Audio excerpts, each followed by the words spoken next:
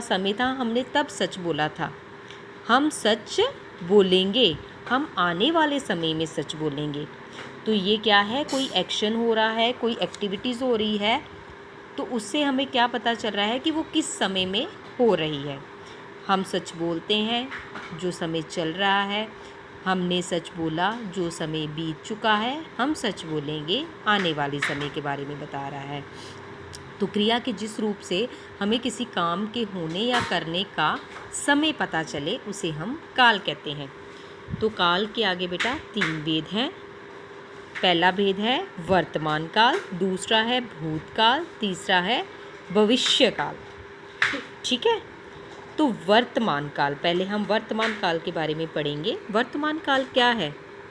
वर्तमान काल वह है जिससे हमें किसी कार्य के होने का पता चले कि कार्य जो अब समय चल रहा है उसमें हो रहा है। क्रिया के जिस रूप से हमें किसी काम का होना या करना चल रहे समय में पता चले, तो उसे हम वर्तमान काल कहते हैं। जैसे कोई काम हो रहा है तो वो अभी हो रहा है, इस समय में हो रहा है, तो उस समय को हम वर्तमान काल कहेंगे। जैसे राम स्कूल जाता है, ठीक है, राम स्कूल जाता है से हमें पता चल रहा है कि वो स्कूल जाता है, अभी जा रहा है। हरमन खाना खा रहा है, हरमन अभी खाना खा रहा है, जो समय चल रहा है। तो इनसे हमें पता चला कि कोई काम हो रहा है, वो किस समय में हो रहा है, जो अभी चल रहा है।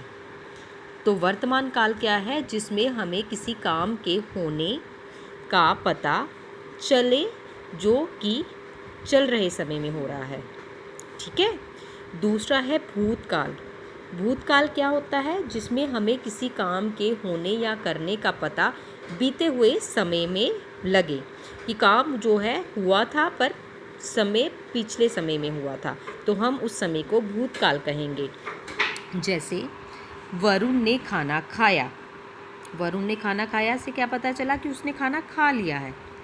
मैंने पुस्तक पढ़ ली, कि मैं पुस्तक पढ़ चुका हूँ, ये काम मैंने पिछले समय में कर लिया है।